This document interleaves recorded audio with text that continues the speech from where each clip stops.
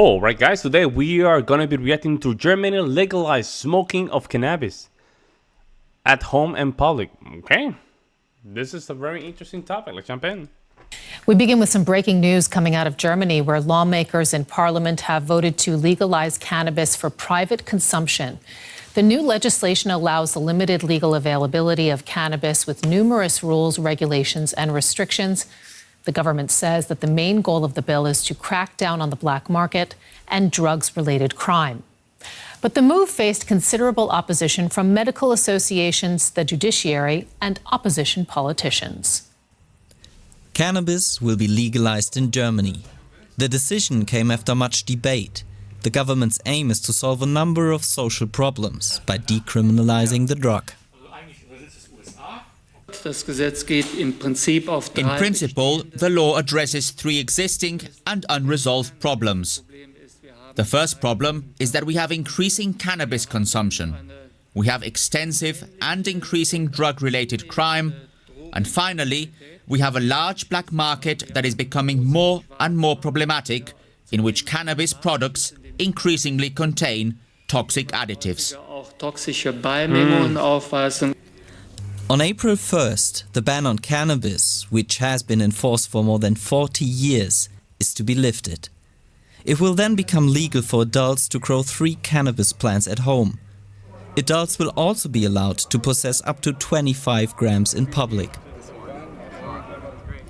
Non-commercial cultivation and sale will be permitted in limited quantities from July, in so-called cannabis social clubs. Consumption is prohibited close to schools, playgrounds, daycare centers and youth facilities, and by minors. The legalization of cannabis has been criticized by parts of the judiciary and law enforcement. Both fear, above all, inefficient and impractical regulations for checks and penalties. The German Medical Association considers the age limit of 18 to be too low due to the potential health risks for young people. The German government says it's That is an interesting take. I'm not a smoker. I'm not going to sit here do whatever the hell you want, man, with it, right? I'm not in the lifestyle of telling people what to do, right? However, as long as you're taking care of business, that should be good. I still don't have a clear stand when it comes down to the cannabis, cannabis. Not a clear stand. I'm more on the conservative side, so you guys can guess. However, I need a little bit more data to determine where to go on this. Cannabis campaign will provide people with the information they need to make informed decisions. When we've shown the cannabis campaign to everyone, every young person will know that if they consume cannabis, if they do it regularly, they are damaging their brain. Germany's largest opposition party is critical of the plans, announcing it will repeal the law if it wins next year's election. Let's go live now to the Bundestag, where correspondent Thomas Sparrow is standing by. So tell us more about this vote, Thomas. Well, it was certainly a controversial vote right here in the German parliament. This is the result, Sarah, of many months of very fierce debate here in parliament, but also in German society as a whole, about this law and in particular about the implementation of the law. There was a poll only recently which revealed that Germans are actually divided when it comes to the support of the law. Around 47% of those who were asked said they supported it, but around 40% said they were against, with the remaining 10% saying that they basically didn't have a strong opinion on the matter. So basically what has just happened... So it's not a super majority, it's like a 51 against 59 kind of a thing. It's not a super majority. Today here in the German parliament is the result of many months of discussions. For the German government in particular, this is an important moment because they had presented this as one of their main goals when they came to power. But the main opposition party here in Germany, as well as other people, as well as other institutions, remain critical about this law that has been passed here in parliament. It's been reported, it's been said that this law is actually quite complicated. Thomas, what's it going to mean in actual practice?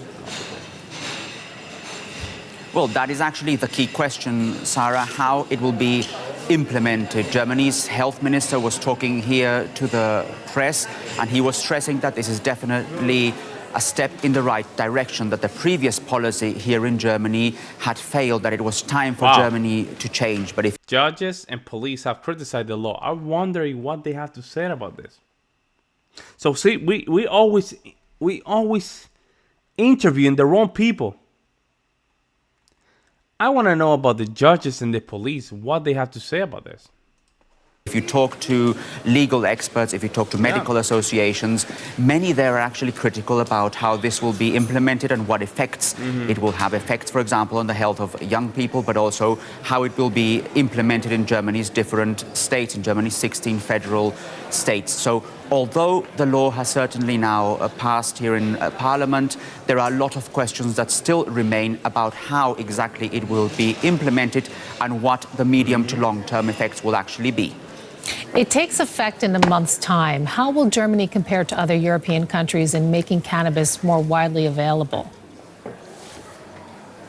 Well, Germany joins other European countries that have decriminalized or authorized the use in different ways, and many people actually see the Netherlands as being sort of the European Union country with the most tolerant laws in this respect. But several analyses have actually shown that it's another country in the European Union, the small country of Malta, that has specifically the most tolerant laws in this respect. So basically what I think Portugal as well. You're seeing also across Europe is a variety of laws and regulations which also respond to the debates that are happening in those respective societies. Because what we're seeing here in Germany, what we've seen here in Germany in the last few months, is something that we're also seeing in other European societies as well. Let's hear a voice now from Germany's governing coalition on this. Christina Lüttke is a drug policy spokesperson for the business-friendly FDP party and a member of the German parliament. Welcome to the program, and thank you so much for joining us. Your party has been pushing for this over many years now. Why is it so important to you?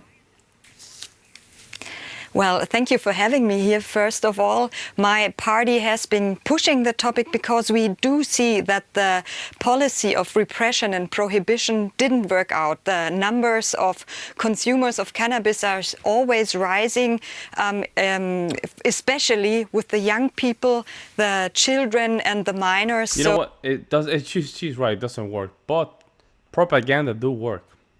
You know what I'm saying?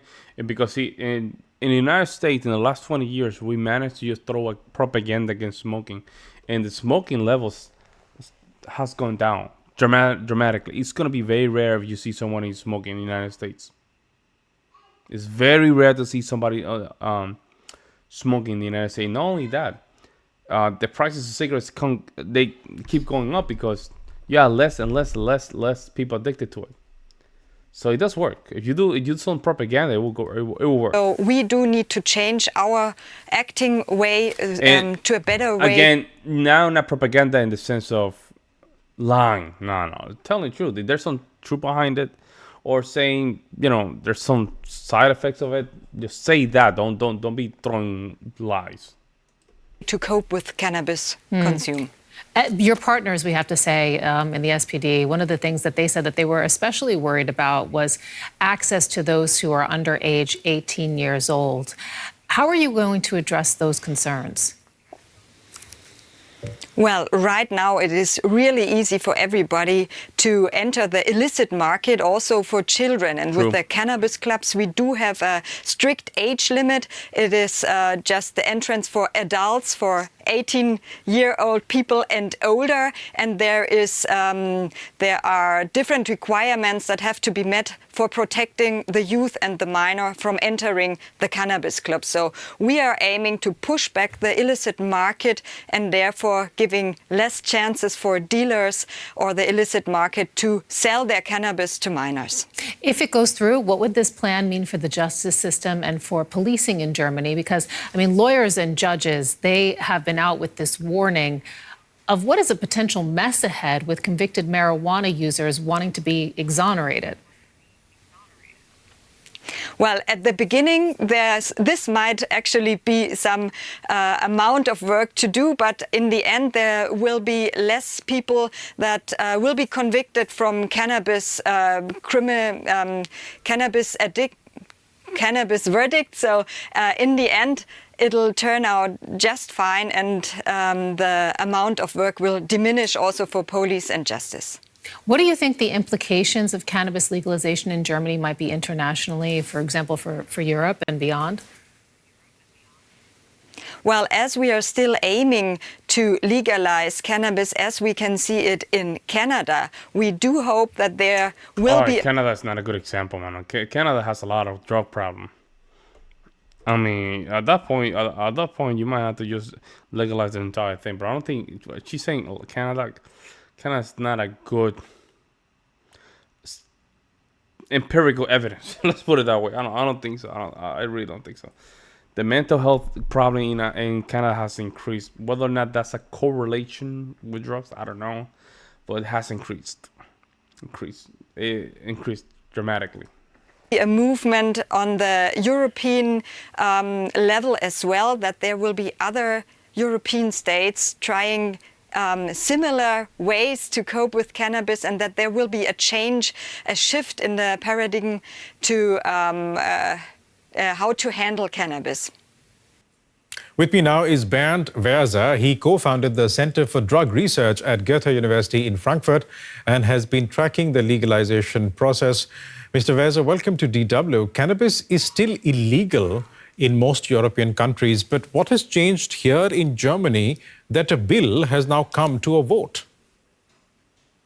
Oh, well, that was a quite complicated and long process, but I think the main thing is that we had that some years ago we got the current coalition, where we have two parties that are since years strongly arguing for a legal approach in cannabis use, the Green Party and also the Liberals, and also some people from the Social Democrats were convinced, including the Minister of Health, who was putting this forward in the last months. But what are they convinced of? What is the argument that seems to have won them over? Well, I think there is some discrepancy between what the government says and what most of the experts that are pro-legalization say. I think, in my view, the most valuable argument is to decriminalize people or the million people in Germany who are occasional or regular users of cannabis, because it doesn't make sense to put penalties on people just because they use a certain substance. The main approach of the government is to provide more health protection, more public health for the people who use cannabis. I think this can be reached in part with the current law, because they won't legalize the whole process and commercial sales. But You know what's crazy? I agree with him. I mean, if you want to use the cannabis in your own home, I think that's fine. I think there's no problem with that, right? I think people should not be going home because of that, unless there's dangers.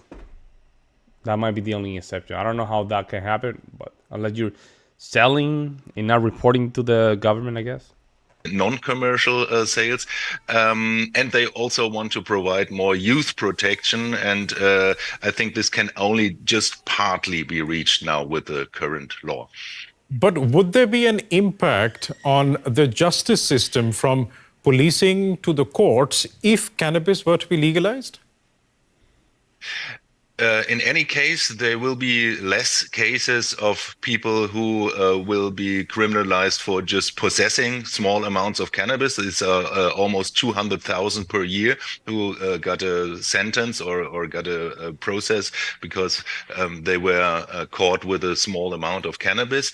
But what state attorneys and judges are now complaining about, that they have to research all the cases where people are currently being penalized for possession, and so it will provide more work for this part of the legal system. But in any case, it will be less work to prosecute just users how they did all the years before. We'll Okay. leave it there, but thanks so much for joining us this morning. Bernd Werser of the... Well, at this point, I would love to hear you guys' opinions on this.